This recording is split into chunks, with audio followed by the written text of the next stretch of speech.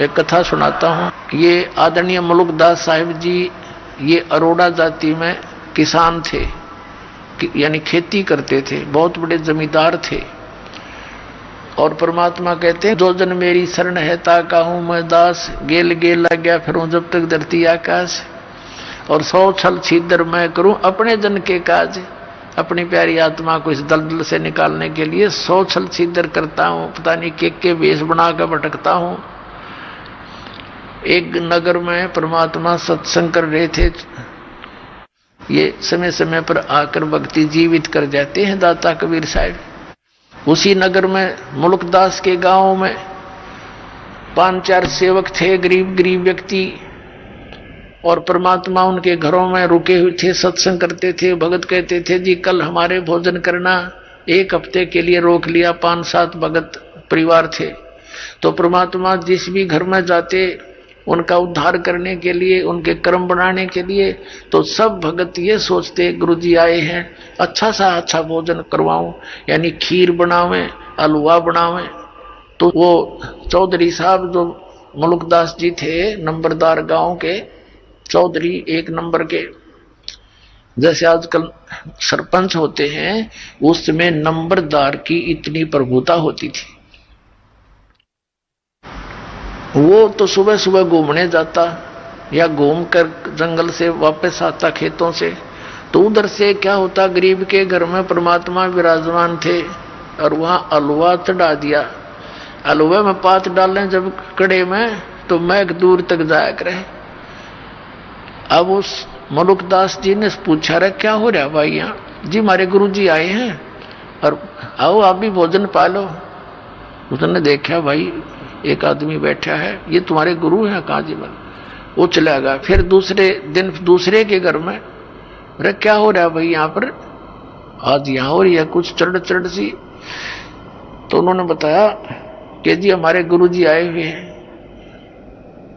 तो कुछ लोग कहने लगे उस मुलुकदास को कि भाई नंबरदार, गांव में एक ठग आया हुआ है, इन श्रद्धालुओं को लूट रहा है, अच्छे बढ़िया खीर हलवे खाता है और भाई काम करता नहीं, नबी लूट रहा है। वो मुलुकदास वैसे तो भगत आदमी था, लेकिन यह चौधर बहुत बुरी होती है प्रभुता।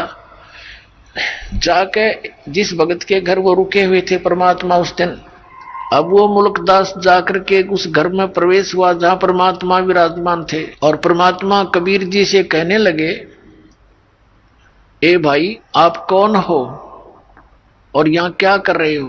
परमात्मा के बोलने से पहले ही जो भगत था जिसके घर रुके हुए थे, 2-4 भक्त और बैठे थे, खड़े होकर कहने लगे, चौधरी साहब ये हमारे गुरु जी हैं और सत्संग करने आए हुए हमारे यहाँ। कहने लगे भाई तू करके क्यों नहीं खाता है? अच्छा हट्टा कट्टा दिखे तो दुनिया को मूर्ख बना रहा है, अब ना करके खाया कर। तो परमात्मा कहने लगे, भाई मुझे तो बिना करे मिल जाए, चौधरी साहब मुझे तो बगैर काम किए ही दे रहा है भगवान। तो मुलुकदास कहने लगा, तेरे को बिना करे दे रहा है, मुझे क्यों नहीं देता भगवान?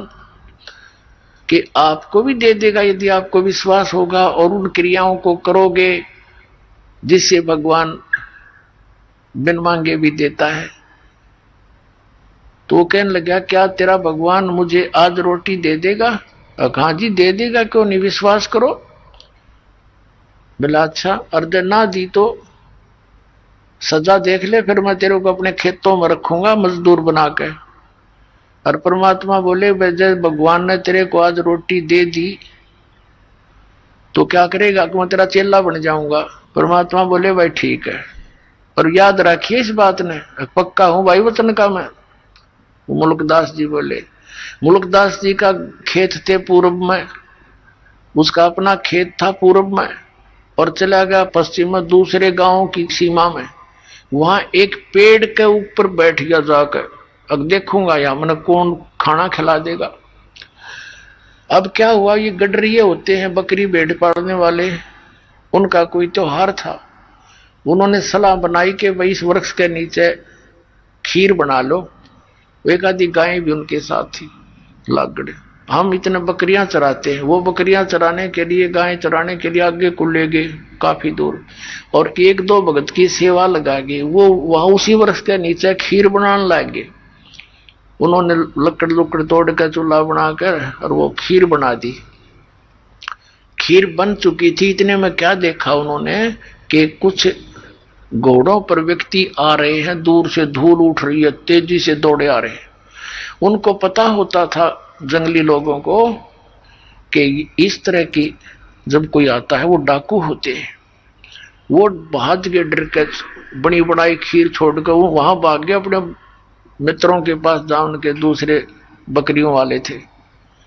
तो उधर से वो घोड़े वाले आकर, बड़ा बढ़िया वृक्ष था उसके नीचे वो खड़े हुए, रुक जाओ थोड़ी देर। या एक कहने लगा, इसमें क्या बना रहा है, ये क्या है देखियो। उनका सरदार बोला, एक डाकू नीचे उतरा जी, इसमें तो खीर है। वो समझ गए, डरता भाग गया होगा कोई तुम्हारे को देखकर, और खीर बना रखी। तो भाई और कहने लगे दूसरे डाकू के, उस्ताद भूख लग रही है, ला खा लिया इसने। एक उनमें समझदार साहब बोला, अरे भाई कदे कोई जहर मिला गया हो, कोई साजिश हो, किसी ने खिला के देख लो। उनमें से एक बोला, भाई वो कहाँ गया होगा, यहीं की तो छुप रहा होगा, तो ढूंढ लो उनने और उसी को खिलाएंगे। अब वो देखा इधर उधर बोझड़े आसपास के झाड़ों झूड़ों में, एक ने ऊपर देखा, अगर वो बैठा। उन्होंने सोचा डरता चढ़ गया ऊपर ही। तो उन्होंने कहा, भाई नीचे आ जा, कौन है तू। वो कहने लगा, ना मैं नहीं आऊं नीचे। उसने जो ना बेरा था डाकू है। उन्होंने सोचा कोरा चलते होंगे। उनका शक हो गया कि भाई ये गड़बड़ है कुछ ना कुछ, नीचे क्यों नहीं आता, नीचा आव है तेरे मारे गोली। जब उन गोली दिखी, जब शट दे ही नीचे, मारेंगे तो भाई। 1 मिनट में नीचे बैठ गया, बोलो जी अब ये खीर खा।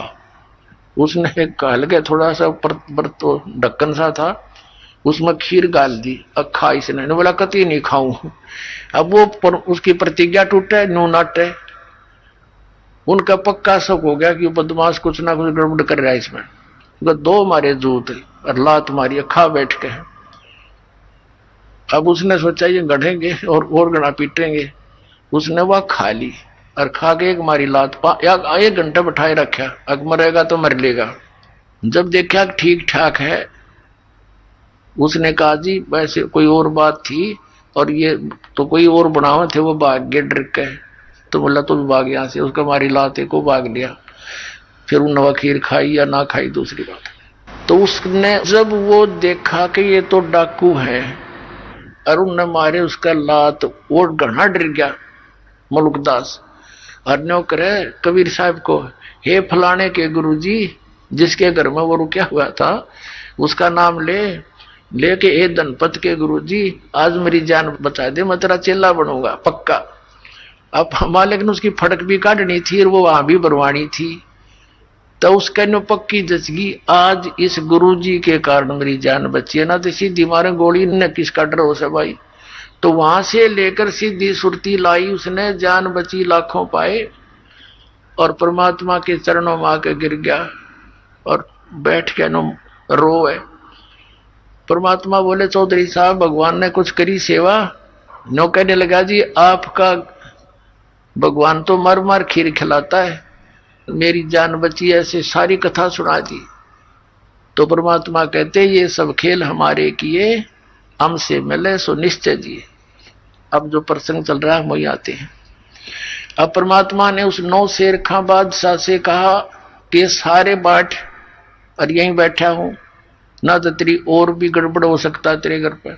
उस डरते न वो सारे 80% खजाने बांट दिए, धर्म कर दिया और नाम ले लिया। अब नाम ले लिया, जब किसा उद्धार किया उस प्राणी का राम। तो इस नरक ने इकट्ठा करते हैं सारा जीवन, माया जोड़ ले, माया जोड़ ले।